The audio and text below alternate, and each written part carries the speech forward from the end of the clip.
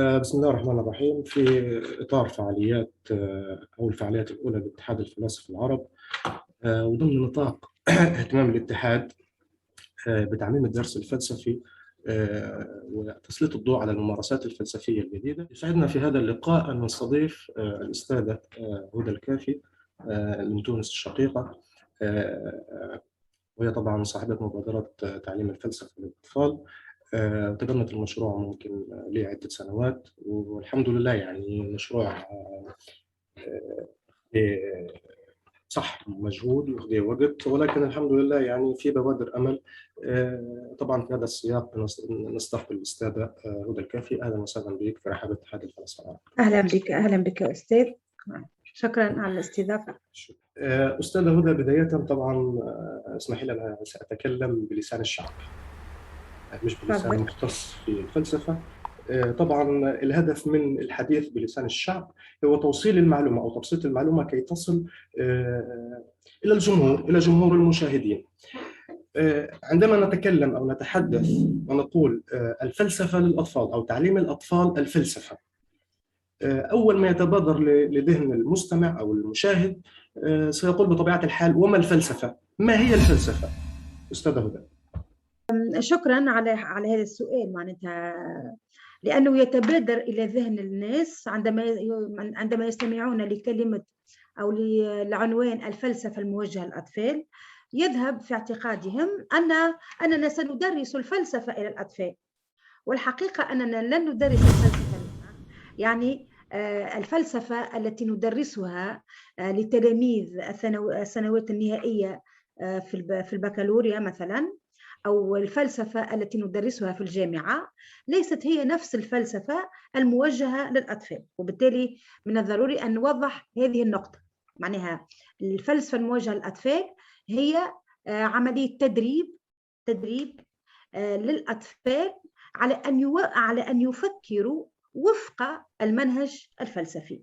يعني عندما نتحدث عن المنهج الفلسفي نجد أن الفلسفة تستند إلى السؤال، مظبوط. الفلسفة تستند إلى الحجاج، الفلسفة لها مقاربة إشكالية للمواضيع، الفلسفة تشتغل على المفاهيم. وبالتالي ما نتدرب فيه مع الأطفال هو أن يتمكن الطفل أولا من أن يسأل، أن يمارس السؤال. يعني هذه العملية هي في جوهر التفكير الفلسفي، أنه يحاول أن يجيب عن الأسئلة التي يطرحها وتكون إجابته مدعومة بحجة عقلانية، وهذا في صميم الفلسفة.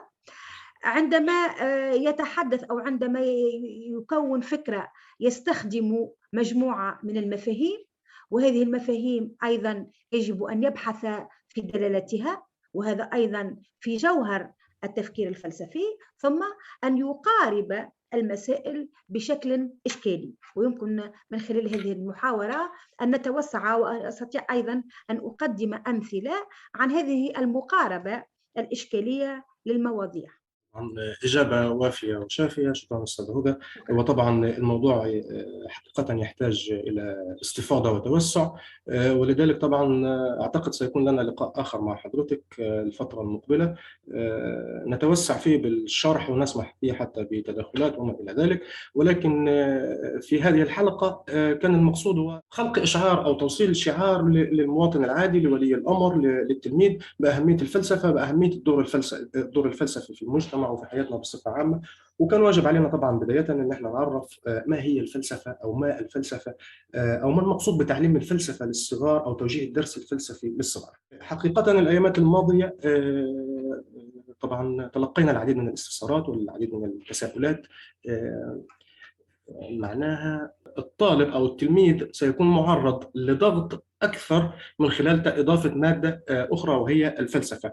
الناس ما عندهاش، لا تمتلك تصور أو في اعتقادها أن الفلسفة ستدرس بمنهج وكتاب، وبالتالي التلميذ سيكون مجبر على مراجعة دروسه وإعداد واجبات وفي نهاية العام الدراسي أو في نهاية الفصل الدراسي سيكون عرضة أو سيكون معرض لإيقاع اختبار في المادة.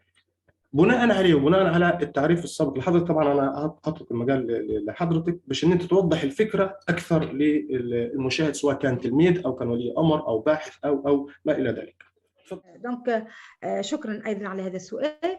دونك يعني اريد ان اوضح ان الفلسفه الموجهه الى الاطفال تندرج ضمن ما نسميه بالممارسات الفلسفيه الجديده. هي نوع من الفلسفه التطبيقيه وليست الفلسفه النظريه، وبالتالي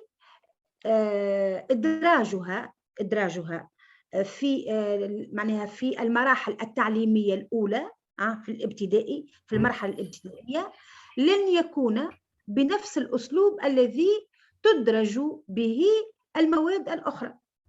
كما كنت اشرح لك، هي ورشات تفكير. يعني هو لن ياتي المدرس ليقول لهم سندرس اليوم مثلا مفهوم الجمال، أو سندرس اليوم مفهوم الصداقة، أو سندرس اليوم مفهوم المحبة أو مفهوم العدالة. لا، يعني هو لن يتم الأمر بهذا الشكل، وإنما هي ورشات.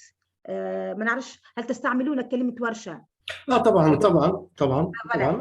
يعني هي ورشات تفكير تكون في شكل حلقة معناها منظمة. هذه الحلقة يقع في البداية وضع جملة من القواعد، مثلا من نوع أن الطفل المشارك عليه أن لا يقاطع صديقه، عليه أن ينصت لغيره، عليه أن يقدم مثالا مثلا لتوضيح فكرته، عليه أن لا يقاطع. جملة من القواعد التي يجب وضعها في بداية هذه الورشة. ثم المنطلق هو دائما نحن ننطلق، مثلا لا ننطلق من يمكن ان اقدم مثلا من بين الادوات. مثلا نحن لا ننطلق من كتب فلسفيه. مثلا هذا الكتاب الذي بين يدي هو عنوانه خرافات تونسيه. يعني الخرافات التونسيه يعني تحقيق الدكتور العريبي، يعني فيه مجموعه كبيره من القصص. انا مثلا اقوم باختيار بعض القصص التي تناسب الورشه. مثلا لدي مثلا هذا الكتاب هو خرافات إيطالية، يعني هي خرافات إيطالية مترجمة. أيضا أقوم بالبحث في هذه الكتب. ومثلا أعطيك مثال آخر، مثلا هذا الكتاب 99 حكاية لإيزوب مترجمة أيضا. يعني هي قصص قصيرة موجهة للأطفال نستخدمها. مثلا أعطيك مثال آخر، هذا الكتاب الأمير الصغير لأنطوان دو سانت إكزوبيري، الطيار الأمير لو بتي برانس. يعني أيضا هي قصة مشهورة جدا، ولكن نحن نستخدم منها بعض المقاطع وتكون منطلقا. يعني دائما نحن ننطلق من قصة، من شريط، من صورة، من شيء يعني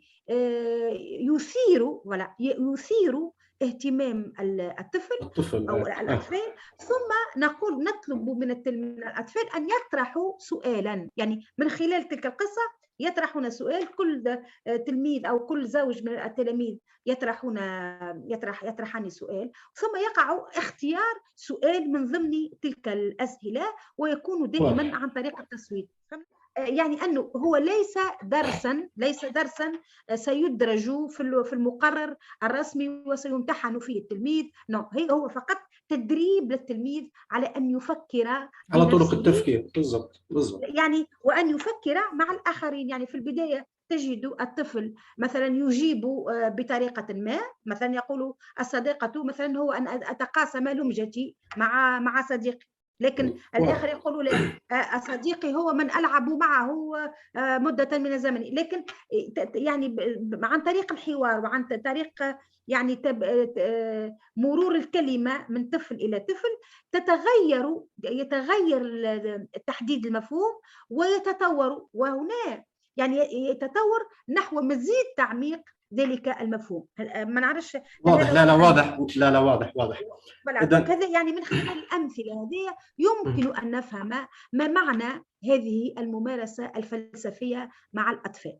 يعني نحن نستخدم قدرة الطفل على التفاعل أولا مع القصة، يعني مع كل ما هو رواية، ما هو قصة تثيره، ثم نقول له أنت التي ستطرح سؤال، ومن خلال السؤال الذي يطرحه الطفل يمكن أن نبدأ في حوار، وبالتالي نعلم الطفل كيف يبني فكرة، كيف يقدم حجة على فكرة، كيف يمكن أن يعدل. حتى هنا ليس المدرس هو الذي، في العادة المدرس التلميذ يجيب مثلا عن سؤال، والمدرس هو الذي يصحح ذلك السؤال، هو لا يصحح.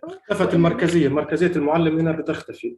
ولا هو يترك للطفل امكانيه. خاطر في بعض الاحيان عندما يسالك يقول لك سيدتي او استاذه اريد ان ساغير رايي، وهذا ما نبحث عنه. يعني انه في البدايه يقول لك لا ان الموضوع يعني اجيب عنه بهذه الكيفيه، ويكون في البدايه متاكدا من تلك الاجابه، ولكن بعد ان يستمع الى اجوبه اصدقائه يعدل موقفه ويصحح ذاته بذاته. واظن انك تدرك جيدا قيمه هذا التعديل الذاتي. واضح طبعا في بناء المعرفه.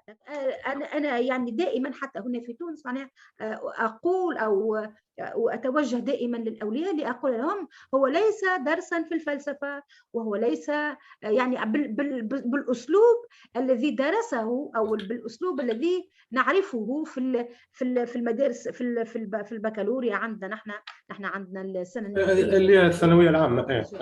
ولا الثانويه العامه لديكم. نعم بالضبط. استاذه هدى، يمكن خلال حديثك في الإجابة عن السؤال الأخير الحديث سيقودنا إلى سؤال قد يبدو ساذجا لدى البعض، ولكن سؤال مهم. كما اتفقت معك مسبقا أنا لا أتحدث بلساني ولكن أتحدث بلسان الآخر. إذن لما بنقول أو عندما نقول أن في تعليم الفلسفة للأطفال أو في تعليم الأطفال الفلسفة بننتقل من الدور المحوري للمعلم أو للأستاذ إلى الدور التفاعلي، تفاعل الأستاذ أو تفاعل المعلم مع التلاميذ. بالتالي بنكون في دائرة تفاعلية طبعا بيقودها كقيادة كتنظيم فقط المعلم أو المدرس. وبالتالي هل هناك مخاوف من المعلم أو من أستاذ الفلسفة من أن يفقد دوره أو مكانته أمام مكانة التلميذ؟ شكرا أيضا على هذا السؤال، يعني أسئلة جيدة جدا، أشكرك على ذلك. يعني نحن أنا شخصيا عندما أكون المدرسين سواء في الثانوي أو في الابتدائي لتنشيط هذه الورشات، أولا يجب أن نكون المدرس لكي ينشطها، خاطر لا يستطيع أن المدرس العادي الذي تعود على إلقاء درسه بأسلوبه العادي لا يمكن أن نضعه في وضعية من ينشط. علاش؟ لماذا؟ لأن أول عمل يجب أن يقوم به المدرس هو أن يغير موقعه. طبعا مكان أو موقع المعلم هنا بيختلف من موقعه بكيفية أنه عوض يعني في الدرس العادي هو مش ينتقل من موقع من يقدم المعلومة الملقن إلى موقع المساعد. هو مساعد، هو ميسر. يعني هو قد تبدو للبعض أن هذه المهمة تقلل من درجة المدرس، وهذا غير صحيح. علاش؟ لماذا؟ لأن العملية دقيقة جدا، دقيقة إلى أبعد الحدود، يعني تتطلب حرفية كبيرة ومهنية كبيرة طبعا. لكي تتمكن أولا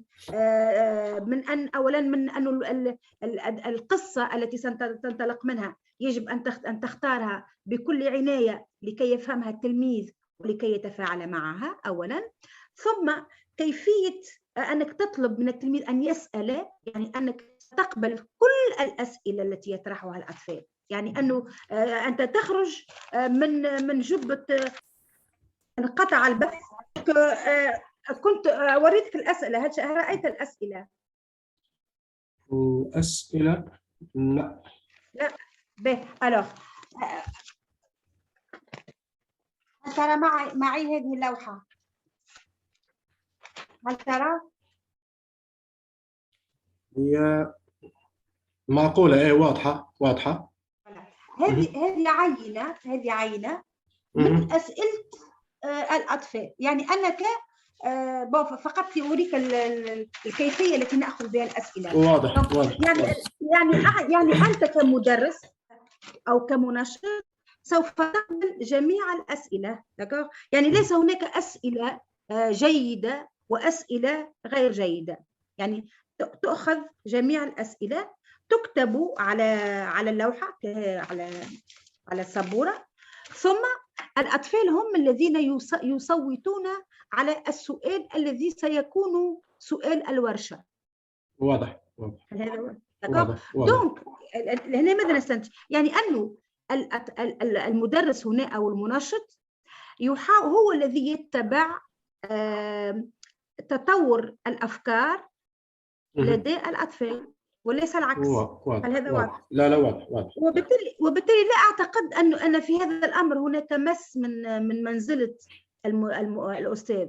بالعكس، يعني أنت ستحاول أن تتعلم كيفية أو طريقة جديدة في العمل مع الأطفال تمكنهم من أن يصبحوا هم قادرين على طرح الأسئلة، على أن يقدموا أجوبة، وهذه العملية هي التي تجعله يتبنى السؤال. يعني على المستوى البيداغوجي، يعني هو يشعر أن السؤال الذي يناقشه هو سؤاله، أو على الأقل هو سؤال المجموعة، يتحول السؤال الشخصي إلى سؤال المجموعة. دونك لا أعتقد، يعني ما نعرفش أجبتك ولا، ولكن لا، هو الأمر لا يتعلق أن الأستاذ أو المعلم سيخسر منزلته، لا، هو بالعكس، هو سيتعلم بدوره أسلوبا أو طريقة جديدة في العمل تخرجه معناها من جبة الملقن إلى جبة من يساعد يكتسب بأنفسهم القدرة على طرح السؤال، على تقديم حجة، على تحديد اكتشاف الذات واكتشاف الذات. طبعا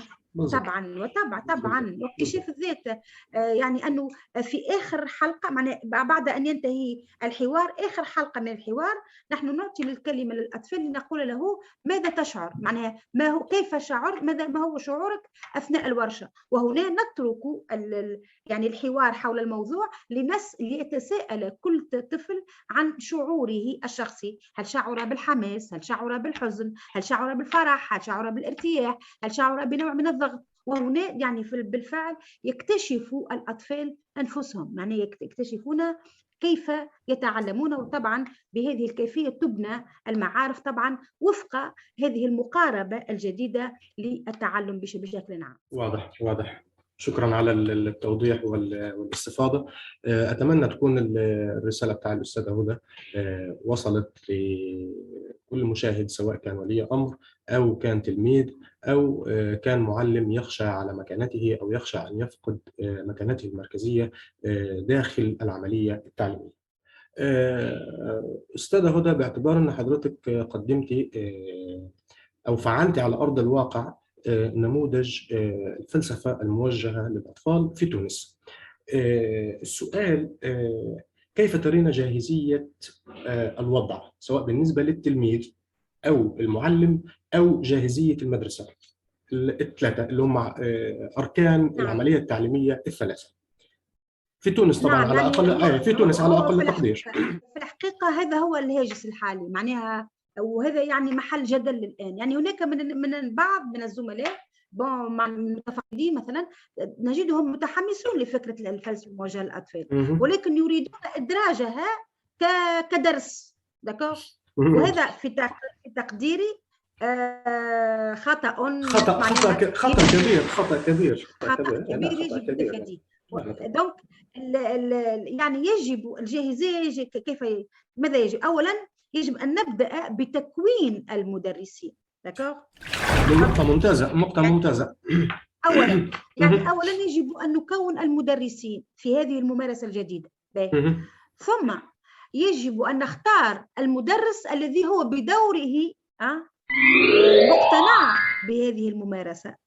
واضح. معناها لو كان أنت تجي للممارسة هذه وتفرضها فرضا على معلم، فهو سيمارسها بشكل مخالف للمطلوب. بالعكس هتكون النتائج سلبيه يعني. فوالا تولي عكسي، طبعا تولي طبعا عكسي، طبعا. تولي احنا نحبوا التلميذ يصبح قادر على ان يفكر بنفسه، نجيو نوليو نعطيه درس تلقيني، وبالتالي نضيف او نثقل كاهل الطفل وكاهل المعلم وكاهل المدرسه وكاهل الاولياء دون اي فائده ترجى به. دونك يجب تكوين المدرسين. اختيار المدرسين يجب ان يكون حسب هما الرغبه نتاعهم، يعني واضح. حسب معناها الدافعيه الخاصه نتاعهم. ثم اذا توفر هذا المدرس المتحمس لممارسه هذه الفلسفه مع الاطفال، فالاطفال يستجيبون. على الاقل انا حسب تجربتي الحقيقه الاطفال يستجيبون معناها بشكل جيد جدا وبشكل لافت معناها بالحق لهذه الممارسه، لانهم على الاقل يشعرون بانهم يتعلمون بشكل مختلف. يعني هو بدون المدرس عندما يمارس الفلسفه مع الاطفال هو بنفسه يتوقف عن ان يكون مدرسا، وبالتالي قابليه او تقبل المتعلم اللي هو الطفل لهذه الممارسة تكون جيدة، خاصة وأن الأسئلة تهمهم، يعني أنه الأسئلة التي يطرحونها هي في صميم هي سؤال الطفل، هي سؤال الطفل، وبالتالي نحن أيضا يعني في الحوار نحن نطلب منه أن يستحضر تجربته الشخصية. مثلا إذا لو تناقشنا مثلا في موضوع العنف، مثلا العنف، يعني سنقول له مثلا عندما نقول لا نقول له كيف تعرف العنف أو ما هو كيف عرف الفلاسفة العنف، هو سيبدأ بالبحث في هذا المفهوم، ولكنه سيستحضر بعض الأمثلة من حياته الشخصية، وهنا تجده مثلا يستطيع أن يميز بين العنف المادي والعنف المعنوي، وأنه أحيانا يقول لك هو مثلا هذا الشخص لم يعنفني، مثلا المعلمة أو المعلم لم يعنفني ولكنه قال كلاما أو خطابا ووجدت في هذا الخطاب خطابا عنيفا، وبالتالي هو سوف يتملك القدرة على تحديد الفوارق بين العنف المادي والعنف المعنوي، والفرق ما بين العنف وبين القوة، وهي كلها مفاهيم نشتغل فيها في المجال الفلسفي، ولكن هنا نشتغل بها بكثير من التبسيط مع الأطفال، وبالإنصات إلى كيفية تبلور هذه المفاهيم لدى الأطفال. واضح جدا. شكرا أستاذة هدى مرة أخرى على التوضيح والاستفاضة في التوضيح وتبسيط المعلومة كي تصل إلى الجمهور العريض الذي يسعى اتحاد الفلاسفة العرب إلى توصيل الفكرة أو تبسيط فكرة الفلسفة. نستطيع أن نقول أننا في صدد إصابة المجتمع العربي بحمى الفلسفة إنجاز التعبير. أستاذة هدى، الحوار معك شيق ويطول، والموضوع موضوع جدا مهم، موضوع جدا ملح. يمكن خلال الأيام الماضية عمل اتحاد الفلاسفة العرب على توصيل الرسالة. أوصلنا الرسالة ودعوات حضور إلى العديد من القنوات الفضائية، كما أوصلناها إلى العديد من المنظمات العربية والمنظمات الدولية. طبعا استغرق من الاتحاد جهد ووقت طويل، ولكن في نهاية المطاف هي رسالة نسعى جميعا لتحقيقها من أجل الارتقاء بالمجتمع العربي، وخصوصا الطفل العربي الذي يعتبر هو قاطرة المجتمع المستقبلي. في ظل هذا السياق سأطلب منك توجيه رسالة أولاً إلى مسؤولين التعليم في دولة تونس، وثانياً إلى كافة المسؤولين أو كافة مسؤولي العملية التعليمية على مستوى الوطن العربي. رسالتك أستاذة هدى تكون إيه؟ شكراً. أول حاجة أريد أن أشكر اتحاد الفلاسفة العرب على اهتمامهم بهذا المبحث، لأنه مبحث مهم جداً. وطبعاً معناها نحن لا يمكن أن نجدد الفكر في الوطن العربي ما لم نبدأ بالأطفال. معناه يعني هذه الحقيقة هي من البداهة بحيث لا تحتاج إلى أي لا تحتاج إلى استدلال، لأننا نعرف جيدا أن الطفل هو أساس المجتمع، وأننا لا يمكن أن نصلح، يعني الكبار لا يمكن أن نصلحهم. يعني لا يمكن أنك تجي أنت عمره شاب عمره 20 سنة أو 25 سنة وتقول له سوف أعلمك التفكير النقدي أو سأعلمك التفكير الحر إلى غير ذلك. تصعب علينا المهمة.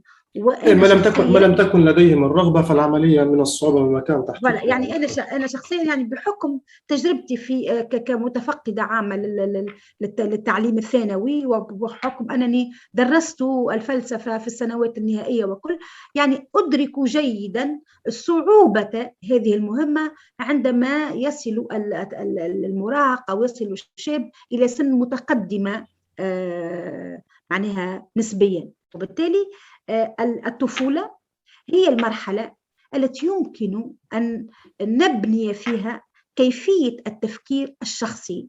يعني لأن مشكلنا احنا في الوطن العربي هو أن الشخص أو الذات لم تمتلك بعد القدرة على أن تفكر بنفسها. يعني أنه عندما يقول كانت التنوير، ما هو مفهوم التنوير عند كانت؟ التنوير هو أن يصبح المرء قادرا على أن يفكر بنفسه. وأن تفكر بنفسك هذه العملية إذا لم نسعى جميعا كمربين وكمسؤولين على التربية، إذا لم نربي الطفل على أن يبني شخصيته منذ السنوات الأولى لنموه، فإننا سوف نفشل فيما بعد.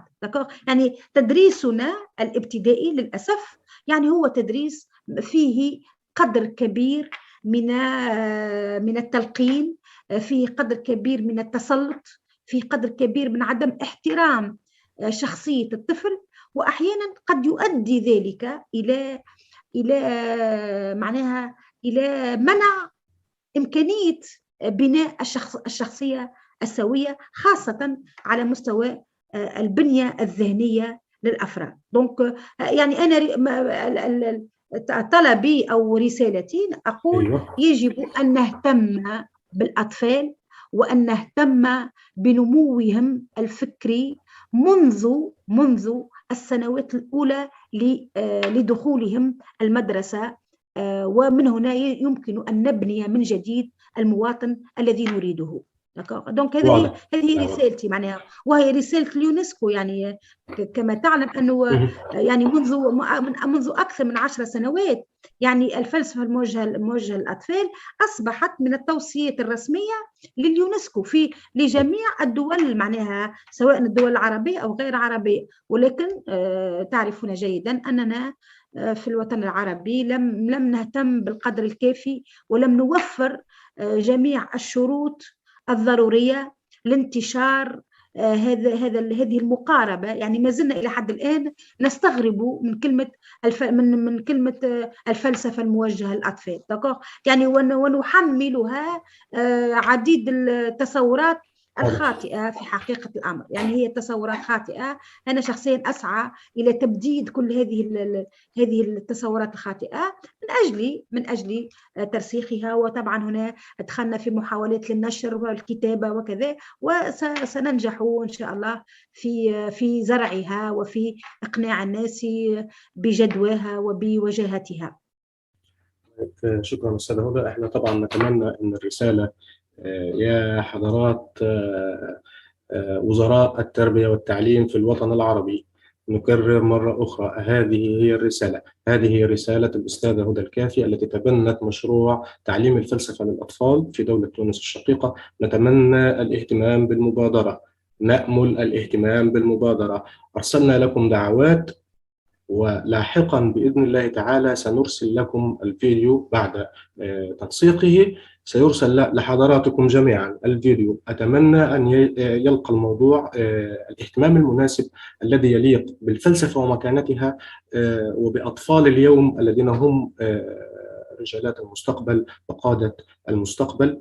الأستاذة هدى الكافي عملت دورها وأدت واجبها، لها سنوات طويلة وهي تكافح لأجل نشر الفكرة، وهي فكرة مستنيرة وأفكار مستنيرة. اتحاد الفلاسفة العرب بدوره أدى واجبه، وإن كان الواجب جاء متأخر نسبيا، ولكن لظروف عديدة. على كل حال كلنا يسعى لأجل إنقاذ الوطن، من أجل النهوض بوطننا المأزوم، بوطننا المنكوب، بوطننا سمه ما شئت. المهم نتمنى في نهاية الأمر أن تصل الرسالة، وأن نتعاون جميعا، أن نتكاتف جميعا، أن نقف جميعا يدا واحدة لأجل الارتقاء بمجتمعنا العربي. شكرا أستاذة هدى. هذا أقل واجب، طبعا هذا أقل طبعا واجب نقدمه لأبنائنا، خاطر في نهاية في نهاية المطاف هم أبناؤنا معناها، ونحن نرد خير معناها المعلمين والمدرسين والأساتذة الأجلاء الذين تعلمنا على أيديهم، معناها أكثر ولا أقل. وشكرا لك على هذا المجهود. شكرا أستاذة هدى. المهتمين. شكرا أستاذة هدى، وشكرا لحضورك الكريم، ونلتقي على خير إن شاء الله. شكرا. ميرسي. شكرا. السلام. شكرا مع جزيلا. السلامة.